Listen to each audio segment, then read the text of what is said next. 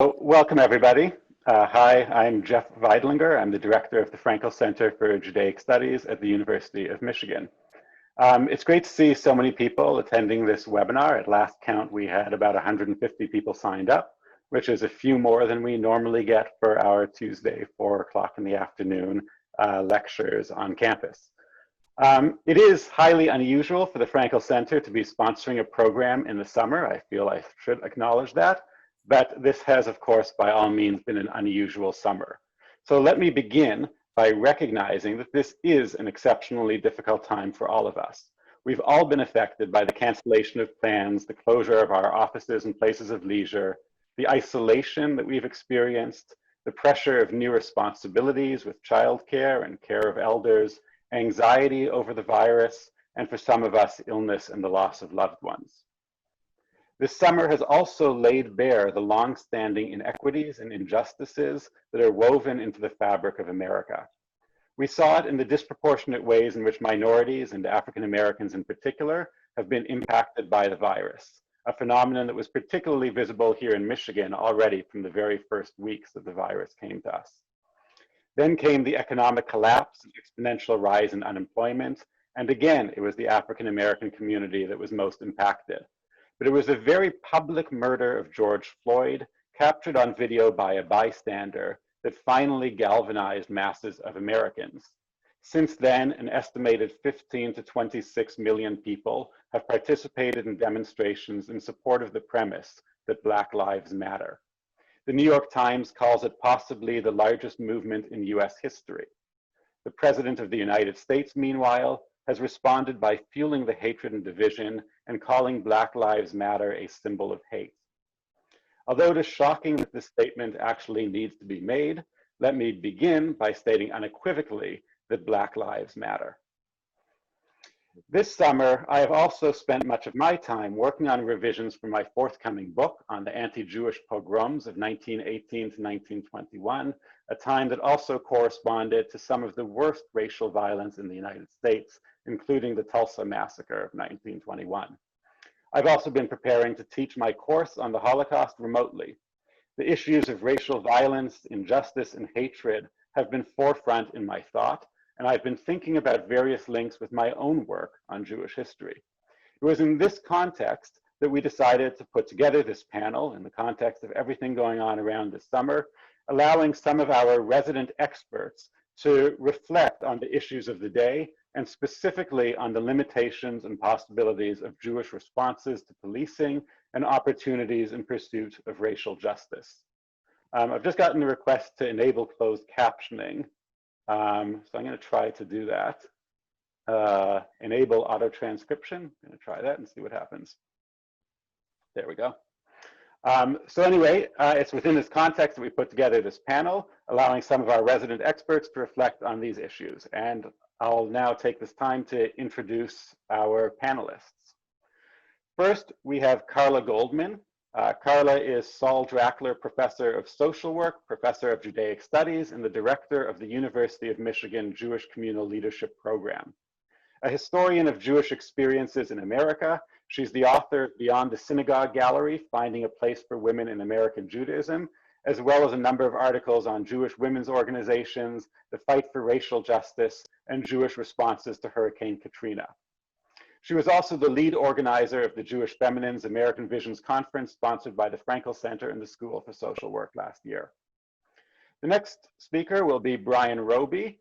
Bryan is Assistant Professor of Judaic Studies and Middle East Studies here at the University of Michigan. His research interests include the intersections of race, gender, and sexuality in Israel-Palestine. He's the author of The Mizrahi Era of Rebellion, Israel's Forgotten Civil Rights Struggle, 1948 to 1966. And he teaches courses on policing and civil rights, protest movements, and Blackness and Jewishness. He's currently working on a book that explores the construction of race in Israel-Palestine. And Alice Mishkin is a third-year doctoral student in American Culture and Judaic Studies, as well as a graduate of the Jewish Communal Leadership Program. Her work focuses on the intersection of white supremacy, Zionism, and anti-Semitism in Palestinian solidarity activism and discourse in the US. She has taught on intergroup conflict and coexistence here at Michigan and led a series of student trips to Israel and the Palestinian territories.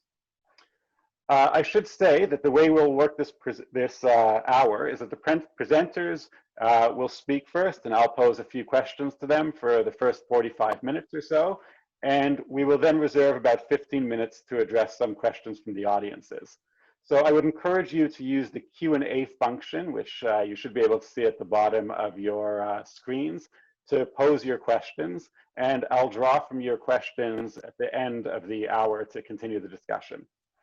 So with that introduction, I'd like to give each of our speakers the opportunity to provide some introductory remarks, framing this current moment for us within the context of Jewish history and society. And we'll begin with Professor Goldman. So Carla. Thank you, Jeff. Good afternoon, everyone. So I have a big job, which is to try to establish where we come into the conversation. And those participating will have different exposures to this, so I'll try and do something offer a little bit of a rich and complicated backstory that we really need to be able to entertain a meaningful conversation about Jews, racial justice, and policing today. And I'd like to start to just note that the identity of a group that we would now identify as white Jews, how it's been inflected by the evolving story of race in America from colonial times up until the present. Sadly, I'm really not going to be able to cover too much of that in my allotted 5 minutes. So I want to hone in on one moment, itself a very complicated moment, but very relevant to today, when many of the vectors shaping today's white Jewish identity came into clearer view. So let's start to talk about 1967. Again, there's way too much to say about 1967 in the 4 minutes I have left. But if you think about it, what was happening 53 years ago? Civil unrest in American cities was on the rise, most notably in the uprisings in Detroit that summer, as the nation's Black citizens confronted an array of racist housing, educational, and policing policies that stunted their opportunities via racism that was just as present, though not as explicit, as the Southern segregationist regime. The Detroit riots are still cited as a turning point by many for the movement of Detroit's white Jews out of the city as part of a general movement of white flight. But it's important to know that this exodus was already well underway by 1967, motivated by fears of falling property values, declining schools, and urban disorders, results which were pretty much guaranteed by the array of racist policies that channeled the ability of Black residents to find homes in the city. This turbulent time arrived in the wake of both the recent passage of the Civil and Voting Rights Acts and the unraveling of the Integrated Civil Rights Coalition that had led to the successful passage of those acts. That unraveling came with the rise of a Black Power movement and the resulting ejection of white activists, many of whom were Jewish, from what had been integrated civil rights organizations. Along with this came growing anti-Vietnam War activism, especially on the nation's campuses like the University of Michigan, all of which was part of the rise of the New Left. And all of this, like today, generated a really complicated brew of unrest, progress, fears, and changing attitudes, making it a very complicated time, again, as today, for all, and definitely for American Jews. And then amid all of that, Israel entered into and then emerged victoriously from a very brief 6-day war over an array of neighboring Arab armies. During the course of those 6 days, Israel radically expanded its physical territory beyond the lines drawn by the armistice set after the 1948 war that accompanied the establishment of the state. That victory, while it generated a lot of pride among American Jews, also turned Israel into somewhat of a pariah state on the New Left, as one representing colonialism and imperialism. So it was really a time of really great tension and consolidation for American white Jews. Here were Jews in a place, say, like Detroit, still identifying with the civil rights struggle, but increasingly separating themselves from the city and the struggle and feeling rejected from their participation at the center of the struggle. Jews were part of the New Left, but again, that a significant part of the New Left. But again, that grew more complicated as Israel became more and more classified as colonialist and imperialist, rather than, as it was in the mind of many white Jews, an embattled collective of victims of horrific oppression, now constituting themselves into a scrappy underdog, able to defeat their powerful neighbors who wanted to destroy them. So I think it's helpful to look at 1967 in some ways as a moment of solidification of a identity, perhaps a separation that had been in the work for a number of years. Maybe a moment of clarification for many Jews who began to identify with the need to control the unrest that might threaten to jump over the invisible and sometimes physical boundaries that separated them from unrest in the city, say, and maybe they felt protected their access to a white privilege that had only very recently come into their grasp. Also, it's important to note the lessons of Black power were not lost on the American Jewish community during that moment. Given the pride that they felt in Israel's accomplishments, the separation from other communities of which they had identified, offering more of sort of a focus on Jewish identities and concerns with more pride than they'd had in the past and sort of more of an outward way. This was captured in the growth of the Jewish social justice movement, described by the concept of tikkun olam, that grew into the 1980s and through to today. So what can I say? This moment, I think, remains very relevant in defining today's American Jewish community as we move into a time of renewed activism.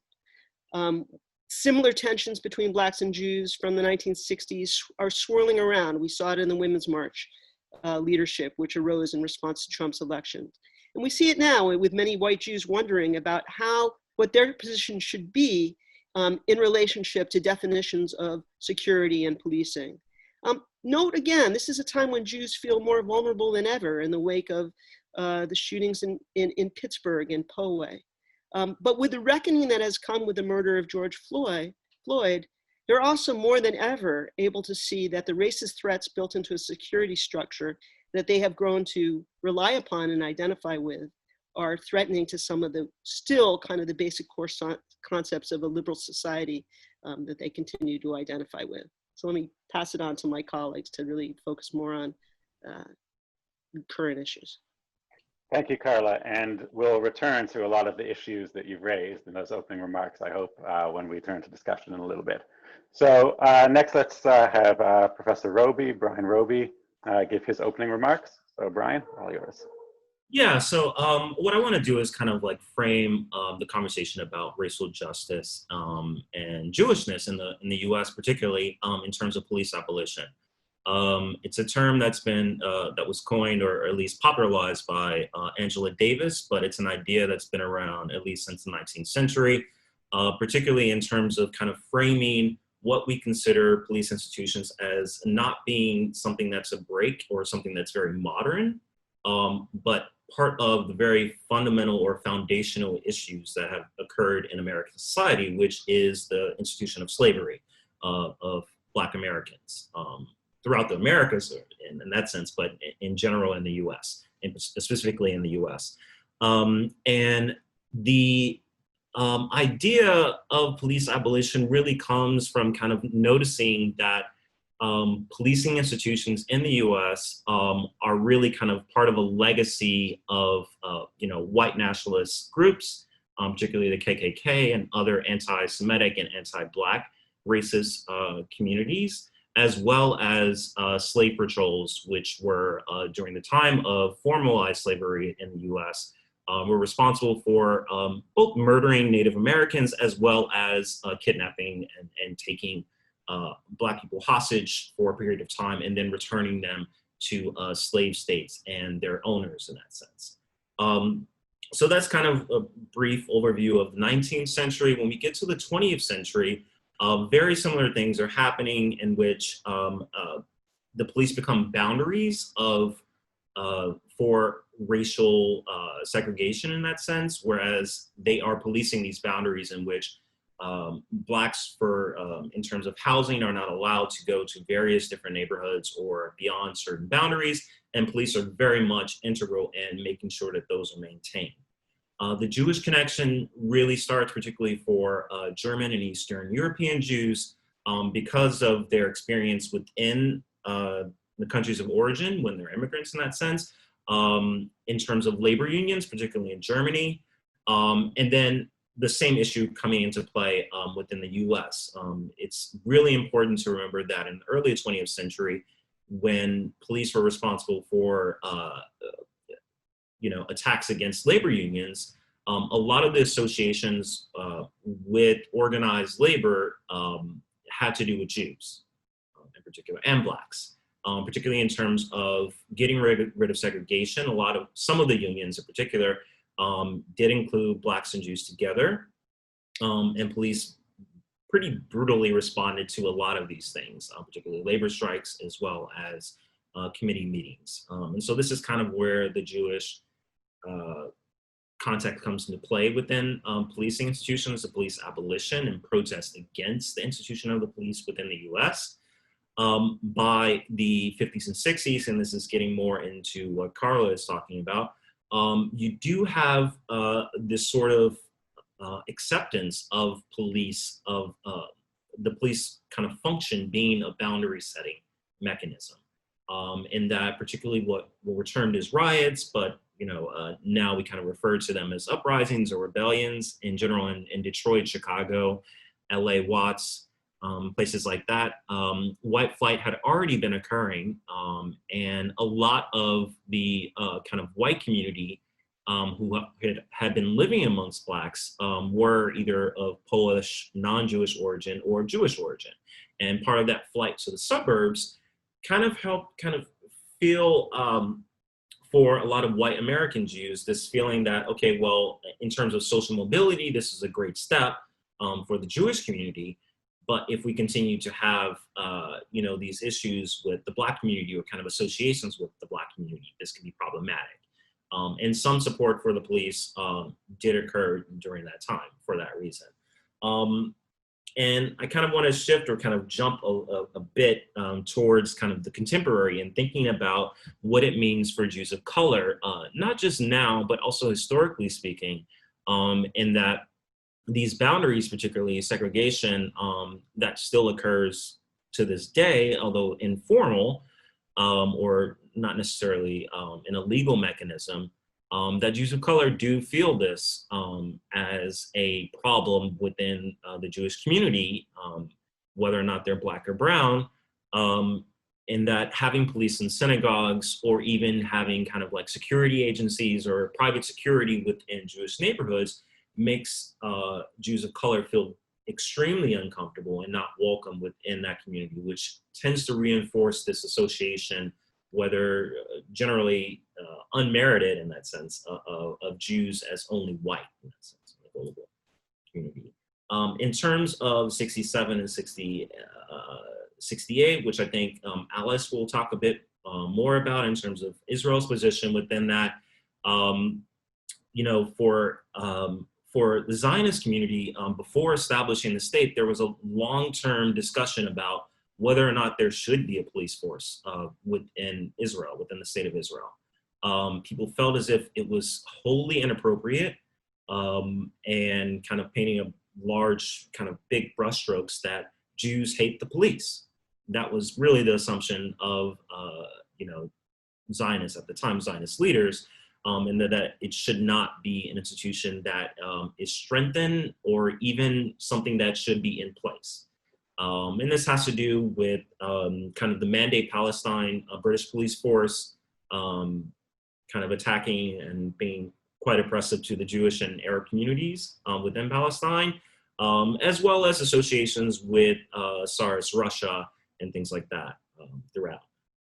So I'll leave it at that and kind of like, we'll discuss a little bit more about what that means for now, for the contemporary. Okay, thanks, Bryan. You've also given us a lot to think about, and actually reminds me of there's a lot of Yiddish songs that I know in reference to the police, from SARS, Russia, that are anti-police, and Russian Jewish expressions that are anti-police. So there has been that transformation since the majority of the Jewish population was living under Tsarist rule against the police to more of an alliance with the police that we've seen in the last, 150 years or so. Anyway, I'll turn to our next panelist, Alice Mishkin. So Alice, please, your introductory remarks. All right, great, thank you.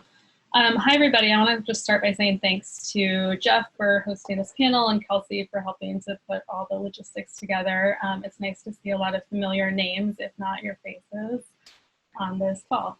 So I want to talk a little bit about my research and then think a little bit about different models for security and discourses around security within the Jewish community. So my research focuses really broadly on the intersection of white nationalism, anti-Semitism, support for Israel, Zionism, Palestinian liberation, and anti-racism.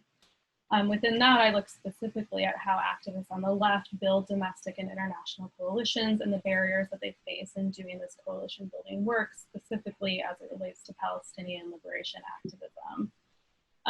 In doing this, I also look at the other side of that, which is how white nationalist and sometimes pro-Israel discourses promote anti-Semitism and racism, and how they function at times in tandem with one another and at times distinctly from one another. So today I'll talk a little bit about the sort of dual role of Jewish institutions in both anti-racist work and policing. I'll talk about global policing practices, particularly as they relate to Israel and US policing cooperation, and try to speak a little bit about how activist coalitions work against these systems of oppression and how they try, sometimes succeed, sometimes fail to navigate the many tensions that arise when we put white nationalism, Zionism, anti-Semitism, Palestinian liberation, anti-racism all into the same conversation, right? That's a big conversation to have. Obviously, tensions arise from it. Before I get into all of that, I just want to give a little bit of framing of thinking about different models for security and safety within the Jewish community. And I think Carla and Bryan gave us really good historical context to think about those within. So like with all marginalized groups, there are very real safety concerns within the Jewish community. And we saw that at the Tree of Life shooting in Pittsburgh. We saw that in Poway. And we've seen that in numerous other attempts of attacks on Jews and Jewish communities that don't make the headlines, right? That we don't hear about in the sort of mainstream press. So with all of that, it's really clear that violence against Jews is increasing in the US in particular. So I want to talk about two different models so for thinking about safety and security. So that first model is one that's really embodied by the institutional Jewish community. And when I say institutional Jewish community or Jewish institutions, I'm talking mostly about organizations that might fall under the Conference of Presidents of Jewish Organizations of North America. Some of these groups are Federation, Jewish Community Centers, the Anti-Defamation League, organizations like that we sort of think of traditional, more legacy organizations. Traditionally, those institutional Jewish community organizations have tried to access safety by aligning themselves with state-sponsored security institutions and frameworks. And those are the frameworks that really benefit people in power, which are often white, cis, straight, Christian, upper middle class, able-bodied men. Some examples of what this looks like are security guards outside of synagogues and Jewish community centers. It looks like active collaboration with the police in targeting other marginalized groups, other marginalized communities. And it looks like participation in surveillance systems like Canary Mission and other systems of surveillance.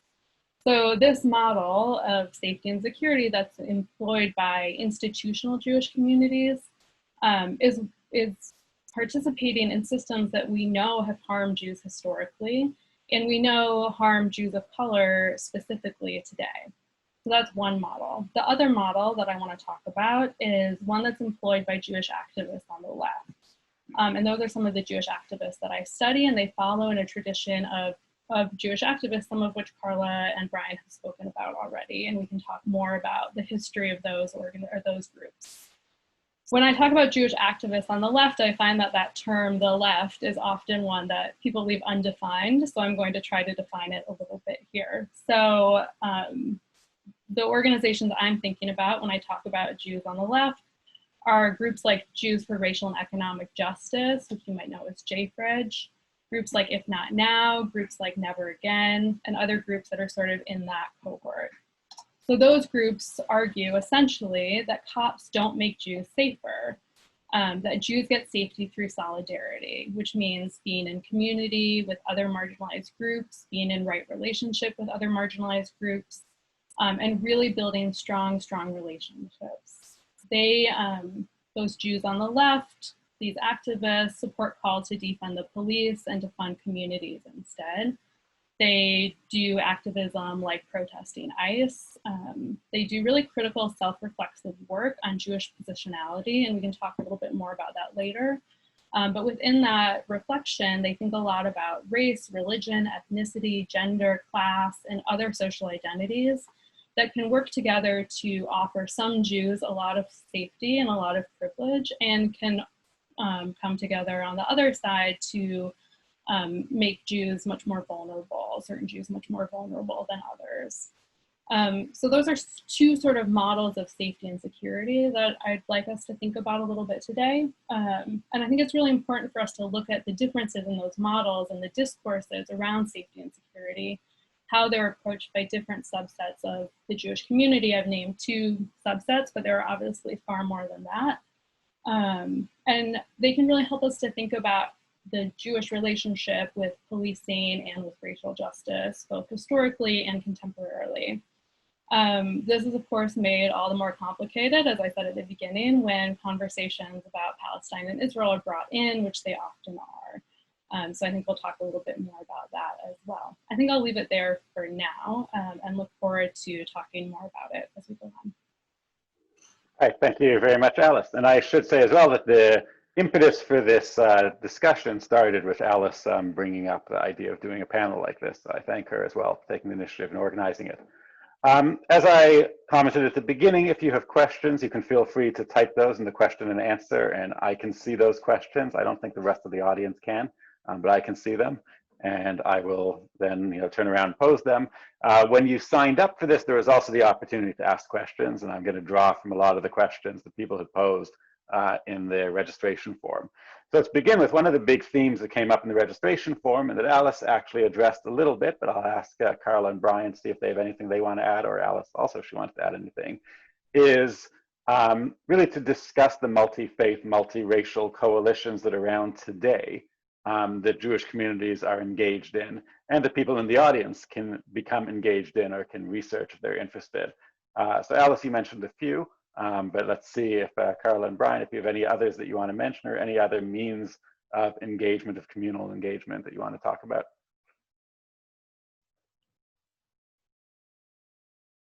Bryan? Oh, yeah, I think, I don't specifically, like in terms of specifically Jewish organizations, but I would like to say that, the Black Lives Matter movement has been going on for years now. There has been discomfort among some people in the Jewish community with one aspect of their platform, which discusses Israel-Palestine. And I think, it's something to, when we talk about coalition building and solidarity building, it's, something to address, but it's not something to have it as completely dismiss a mode of engagement just because of one aspect. There's a slew of things that clearly connect with, kind of Jewishness and Jewish activism on the left amongst within the Black Lives Matter movement. And I think the issue of Israel-Palestine may be something of a bit, although people feel discomfort with it, I don't think it's something that should be clearly a deal breaker for creating those connections. And maybe if I can just interject for a minute, the Black Lives Matter was established in 2013, right, in response to the acquittal of George Zimmerman for Trayvon Martin's murder. And it was really a diverse coalition of organizations that only established an actual platform established by the Movement for Black Lives in 2013. And that 2013 platform did include the characterization of Israel as an apartheid state and accused Israel of committing genocide against the Palestinian people. Since then, though, the Movement for Black Lives has updated that platform in 2016 and most recently in 2020. And the Juneteenth 2020 update, which is the most recent that's on the website anyway, makes no mention of Palestine or Israel. Although it does still retain a very broad program of reform. But I think that specific aspect has receded from the official statements put out by the Movement for Black Lives. Although we, of course, did see protesters, during the protest movement recently with a lot of anti-Israel signs. But of course, there were a lot of different signs of all stripes. But anyway, just thought I would add that background and see if there are a lot more. Yeah, and Carla, that's really Alex, like that. That's a result of a conversation with people rather than saying, okay, I'm not going to engage with this because of this aspect, right? Yeah. So. Yeah, I think that's important, Brian. That I think we should note, how often it's kind of the swirl of controversy around some recent movements has gone to sort of Black-Jewish tensions, right? It's more,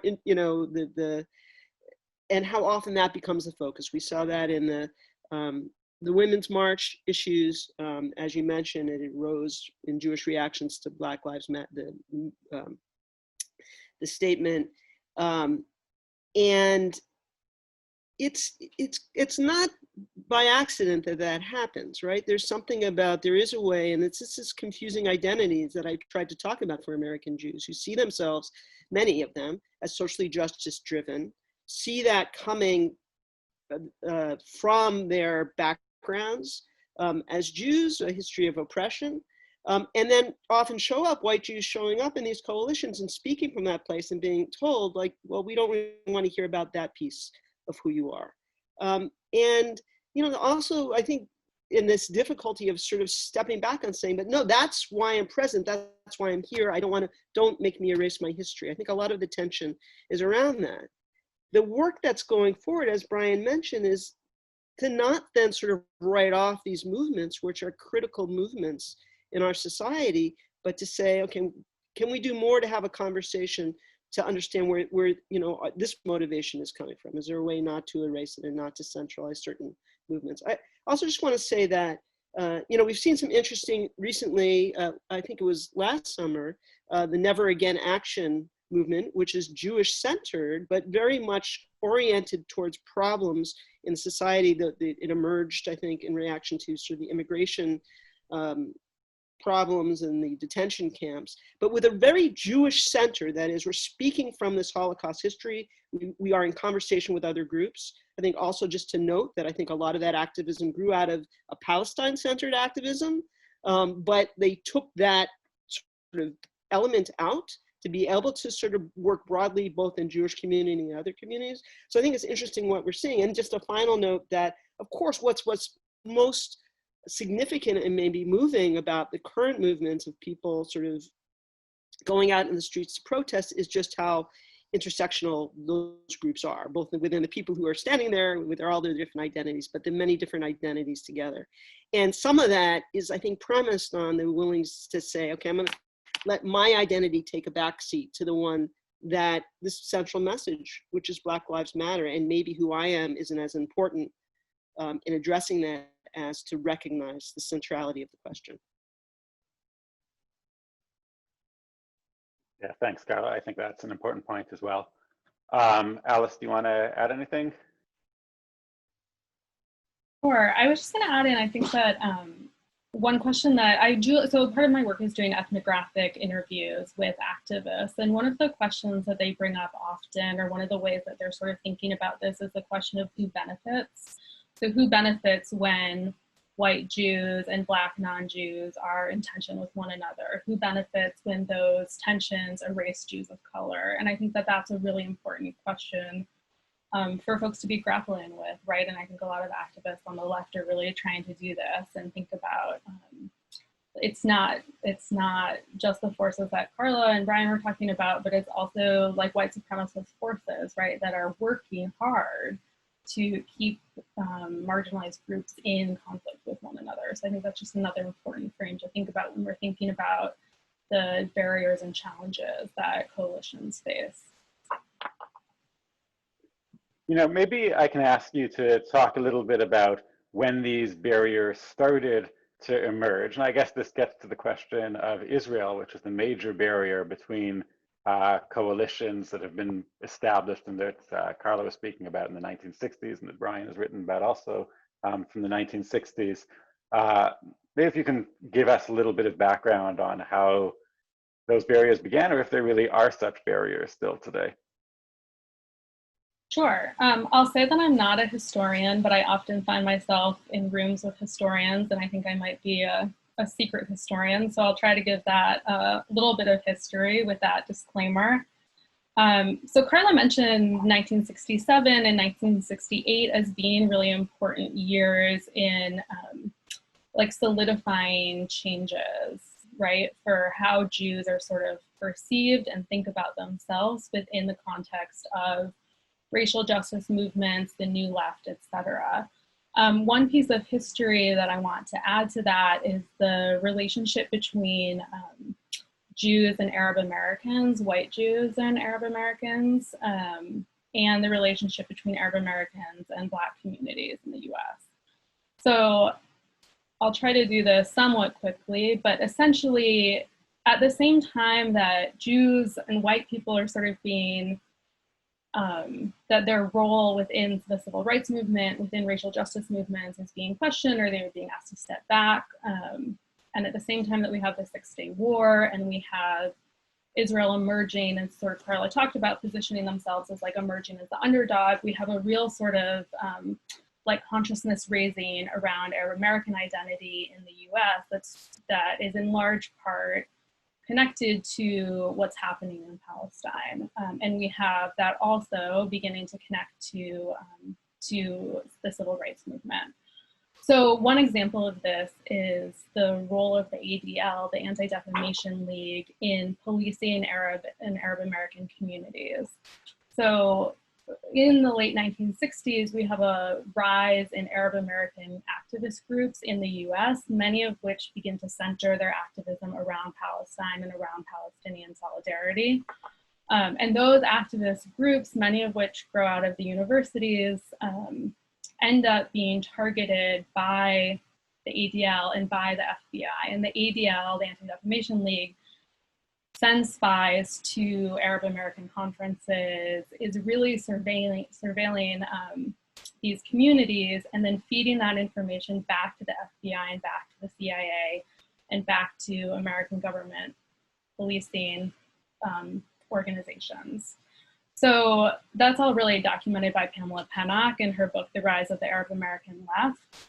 But it's a really important thing to think about. You know, it's really connected to the Six-Day War. It's also connected to Bobby Kennedy's assassination in '68. And then it's connected to this sort of rising Islamophobia and anti-Arab sentiment that grows in the US, sort of starting around the late 1960s, but really ramping up in the 1970s. So that's one historical piece when thinking about coalition building and thinking about Jewish alignment, especially white Jewish and institutional Jewish alignment with white supremacy, right? With police states, with police systems. On the other side of that, you have Black and Arab coalitions really beginning to build stronger connections in the late 1960s. And you see that sort of come out at the Conference on the New Left, where there's a proposal to talk about Zionism as racism. And you see that just really strongly being built. You see like MLK starts to talk a little bit about Palestinian liberation very briefly. You see other activists, you see a lot of Black power solidarity with Palestine, folks like Angela Davis, who Bryan mentioned, and others. So that's a moment of just like really shifting alliances and shifting, shifting relationships. I do want to mention that, you know, Jeff, you asked about sort of barriers arising and mentioned Israel and the Six-Day War, but, you know, it is important to note that these tensions were present before that. Some of those issues that Alex just talked about, it's interesting to see them coming up even before 1967, though I think those weren't so much in mainstream consciousness, but just in terms of sort of even being part of a struggle against racism in the United States, which Jews felt they were very much part of. They had a lot of self-interest in battling restrictions that affected Jews, but stayed in the movement as those things got addressed. But a lot of those issues might have been about sort of alignment of priorities or sense of like how urgent, the urgent.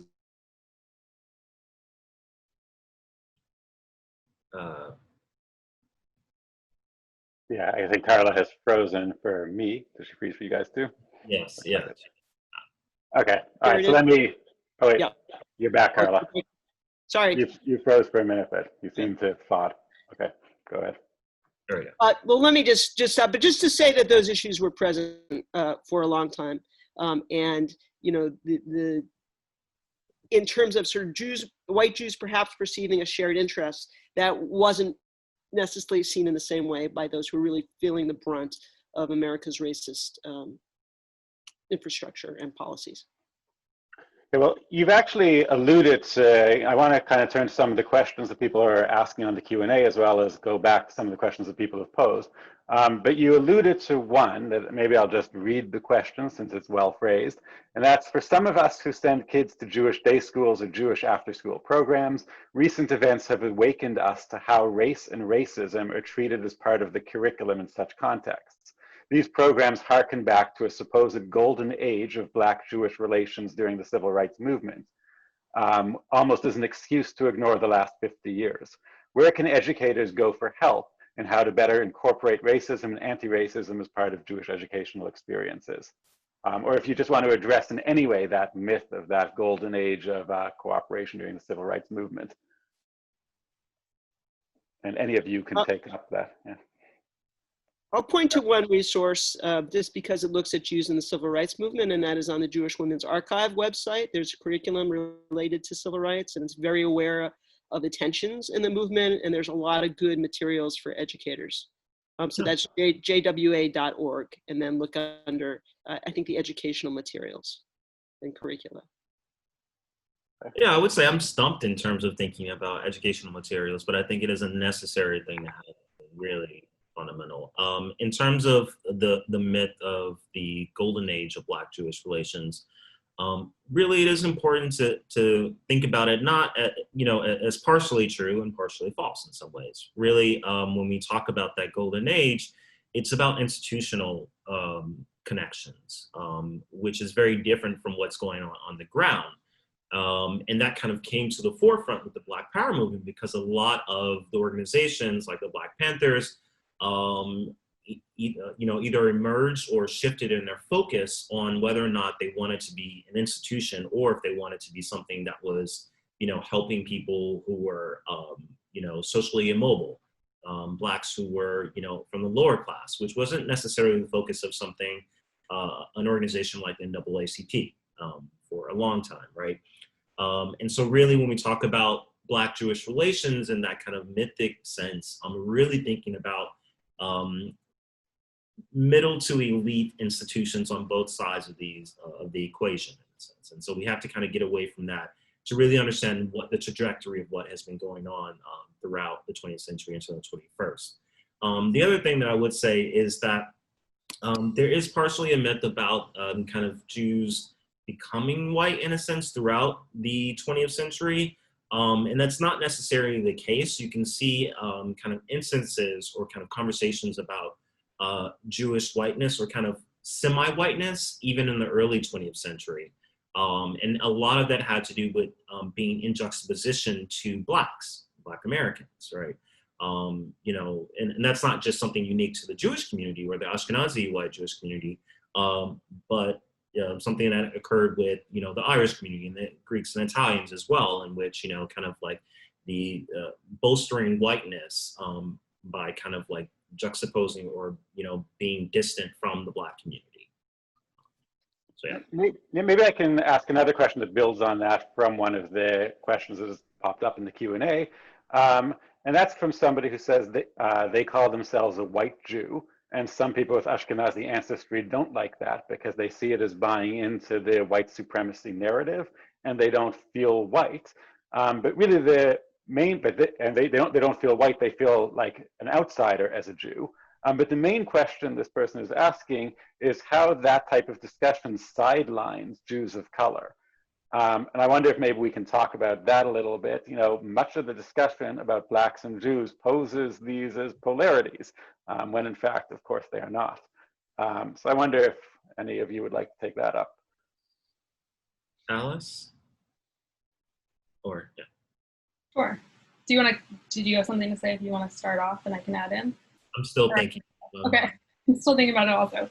Oh, okay. I think the first part of the question about being called a white Jew and not necessarily feeling like a white person, I think one way to sort of frame that is to think about access to white privilege. So if I, as a white Jew or a Jew, an Ashkenazi Jew, walk down the street, I don't think I'm read as Jewish, right? I'm not religious. I don't have any sort of like racial religious markings. And so I access white privilege in almost every aspect of my day-to-day life, not all, but almost every single aspect. And I think that that can be a helpful way to think about it, because I do think that the question, are Jews white, can sort of, right, lead us down a rabbit hole that's not super helpful to go down. And to the second part of the question, I mean, I think, yeah, it absolutely erases Jews of color, it erases Mizrahi Jews. It also really, I think Bryan actually has talked a lot about this and helped me sort of think about things differently. It really like complicates, or it plays into a certain understanding of whiteness that's often rooted in institutions and not necessarily in the individual experience. And so I think that it can really, yeah, I think it can certainly buy into white supremacist definitions of race and whiteness, and at the same time, erase Jews of color from our community. And to go back to Bryan's earlier point about like safety for Jews of color within Jewish institutions, it can leave Jews of color out of the conversation to the point that they don't feel comfortable, safe, etc. in Jewish spaces, right? That those Jewish spaces become almost completely white, both institutionally and individually. Can I just add that, you know, it also relates to the complicated history of whiteness in America, and some will be familiar with the phrase "when Jews became white folk," as if there was just sort of this moment, you know, maybe that consolidation moment I mentioned, suddenly Jews were white and they weren't before. It's so much more complicated than that, as Bryan alluded to, that, and one thing I teach, for instance, is history of Jews in higher education. And there were explicit policies targeting Jews in elite American institutions of higher education with quotas so that they couldn't rise above a certain number of percentage of the student population. It was a very explicit discrimination and exclusion or restriction. And so you could say, well, we weren't white. Look, we didn't have white privilege. We were discriminated against. But even with those restrictions, Jews were present, right? They were in the door because they were white, even if they wasn't that sort of fullness of, you know, the sense of we couldn't take things away from them. So I just want to make that point that there's not this moment when they become white. In an American sort of regime that has been oriented around a binary of black and whiteness, Jews have, for the most part, been white, but that doesn't mean they haven't suffered restrictions and discrimination. Right, so an argument to say we suffered too, we were discriminated too, is not necessarily a thing of we weren't white in this society, and I think that's what Alice is talking about. You get the goods of the society in a way that others don't. Yeah, that's absolutely great. Thank you, Karla. And you know, one thing, as Alice was talking, I was kind of reminded of an incident that happened a few years ago with a Black Ashkenazi Jewish man.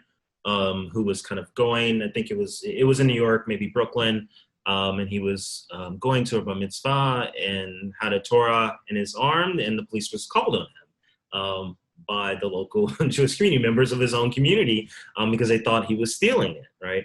And so thinking about kind of complicating the understanding of what it means to be Black or white in Jewish, or a Jew of color, or a white Jewish person, as well as Ashkenazi and Mizrahi in that sense, in the US context, right? And so really thinking about, it's always important to ask the question of the when and where when you talk about race, what context is going on in that spatial kind of understanding.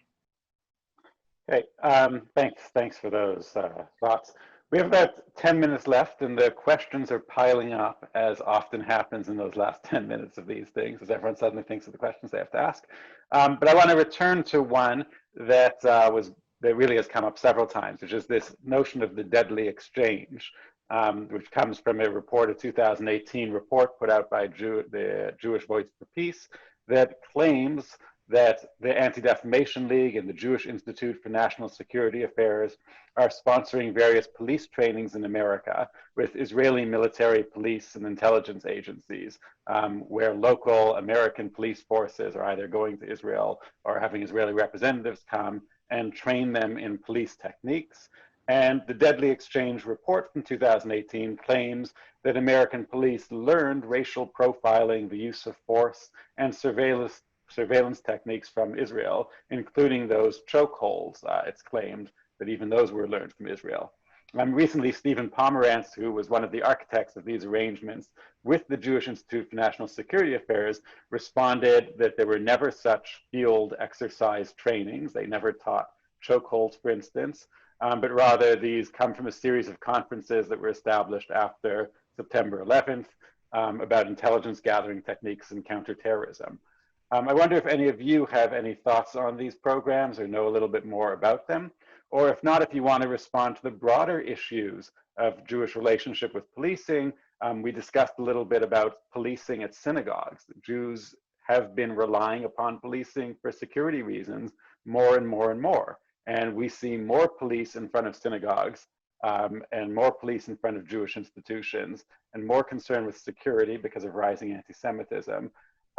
And maybe we can think about that, just in general, this Jewish relationship with policing, if not the specific deadly exchange training programs.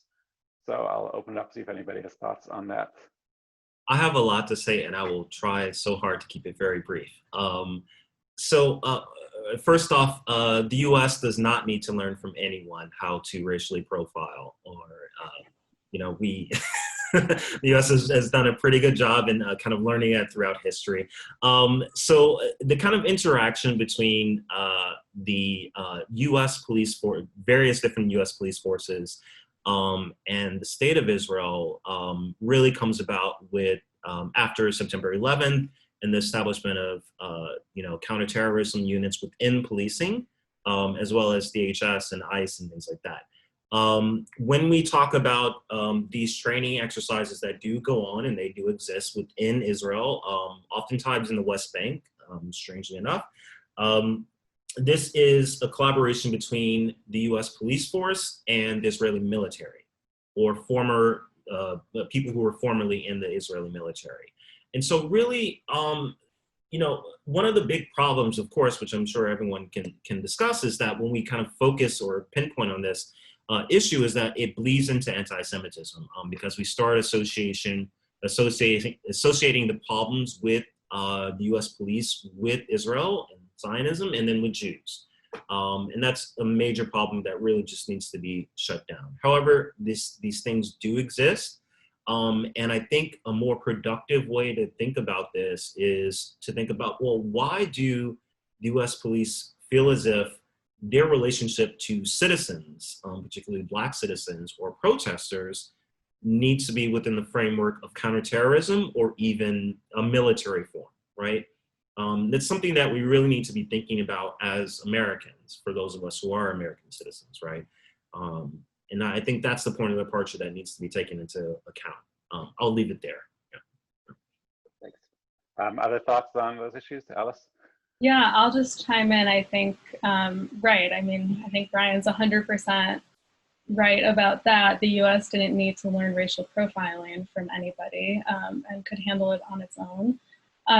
But I do think it's important to talk about what these exchanges look like. So in a lot of ways, if you bring up the idea that US police are training with the Israeli military and or the Israeli police, there's sort of like a shock reaction.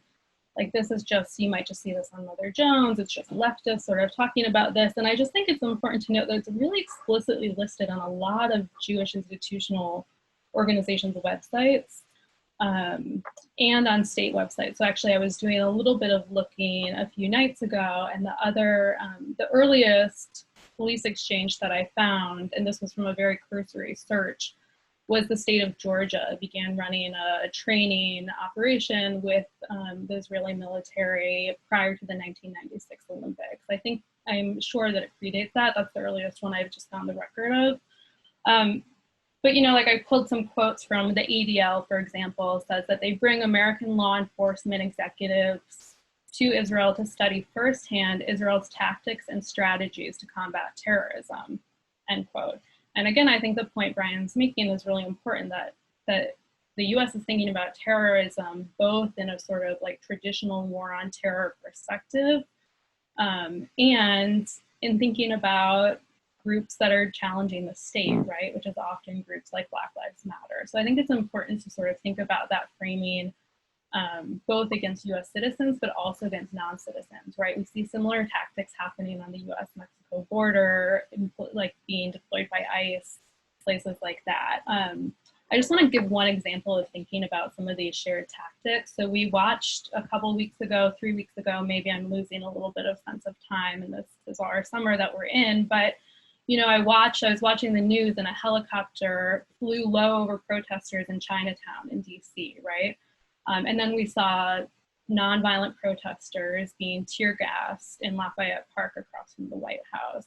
Those are really, really visceral, violent images. And we see a lot of violent images in the US, but those images in particular very, very much mirror the images that you see coming out of the West Bank, that you see coming out of the IDF attacks on Palestinian and nonviolent other protesters, both violent and nonviolent.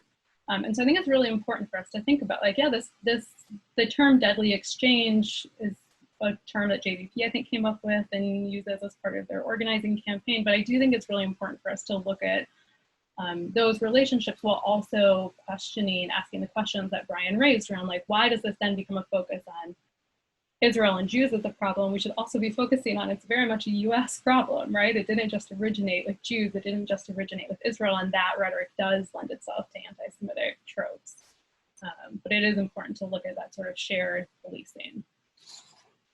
Thanks. In the remaining couple of minutes here, I want to give you each a response, just an opportunity just to make some final statements or final comments, maybe going in the reverse order that I had you do your opening comments, which would put Alice first. So Alice, anything else you want to add? Although you just spoke, but anything else you want to add at this point? Sure. In the 30 seconds, I'll try to say in 30 seconds the following, which is, I think one other thing I wanted to talk about that we didn't have time to talk about is the sort of discourse happening in white supremacist and white nationalist circles around their perspectives on Jews, and the idea that white Jews, who they actually don't see as white, are controlling people of color and sort of creating, like, bringing people of color to the US, bringing immigrants. There's conspiracy theories that George Soros is behind all of the Black Lives Matter uprising and protests right now. I think that's really important. I spent a lot of time on white supremacy Twitter, which is a place I don't recommend going to if you don't need to.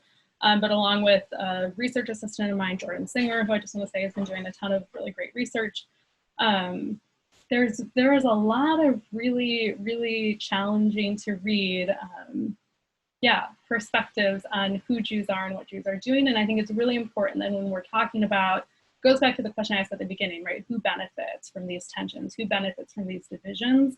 I think it's really important to look at the ways in which white supremacists and white nationalists are stoking these tensions and divisions. I have a lot more to say, but we have 1 minute left, so I'll stop there.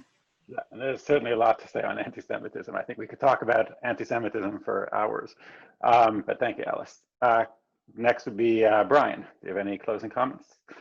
Yeah, it's less of a closing thing, but more kind of open-ended, or kind of opening a conversation for people to think about, is that, you know, something that I found, and a lot of Black people that I know in the US found kind of bizarre, kind of surprising, is that the issue of George Floyd is a thing that has sparked a lot of interest or white support in that sense.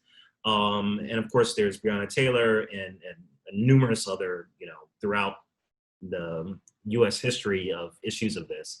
But there is somewhat of a gendered aspect that we do need to pay attention to in terms of the centrality of Black women in, you know, holding down these movements, like really just, you know, putting their, you know, their bodies and souls into being the backbone of a lot of these movements for change.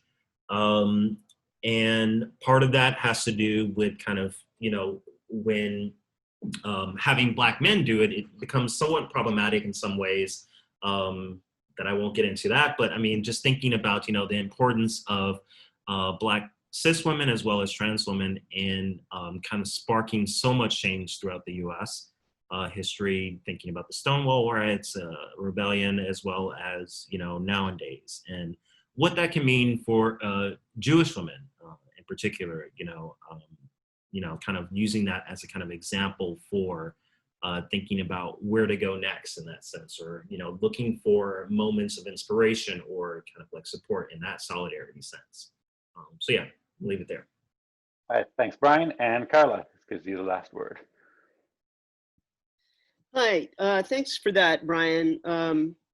So let me just mention then, you know, going back to the question of resources, a few things to help people engage in with really the messiness of what we've been talking about, right? Like, it's always easier to have a sharper narrative, you know, who are we, who are they, what's in their interest, what's in our interest. And I think what's very powerful about this moment is other groups being able to say, I don't have to say all lives matter for the moment or whatever it is, like to sort of see the centrality of this cause, not just at this moment, but throughout American history. It's very powerful for that, and a great opportunity for white Jews to sort of rethink these things. So what are some resources, I think, to go into that? So you mentioned what I have found when I taught these issues is that women's voices are around these issues are very different than the male voices that you hear. So a few things that I would recommend. One is a book called Yours in Struggle, which is sort of black and white activists from, when was that done, in the 1980s, but some really powerful pieces, particularly by Barbara Smith, called Between a Rock and a Hard Place, that tries to talk about the ways in which we both blacks and Jews are damaged, blacks and white Jews are damaged, and what do we do with what's happened to us? How do we work together? Another incredibly powerful piece is Fires in the Mirror by Ann Devere Smith, about Crown Heights, 1991, again, just capturing different voices and allowing us to go beyond black and white in understanding these issues. And then finally, I just did want to mention what I had referred to before as a really great educational resource on the Jewish Women's Archive website. If you look up there, Living the Legacy, there's a curriculum on civil rights, Jews in the civil rights movement, that has wonderful primary sources to work with, and that does not allow you to stick within like really simple narratives, and gives you materials to make things more complicated and very accessible as well. So I think this moment is an invitation to all of us. You know, we hear that on social media or whatever, read, learn.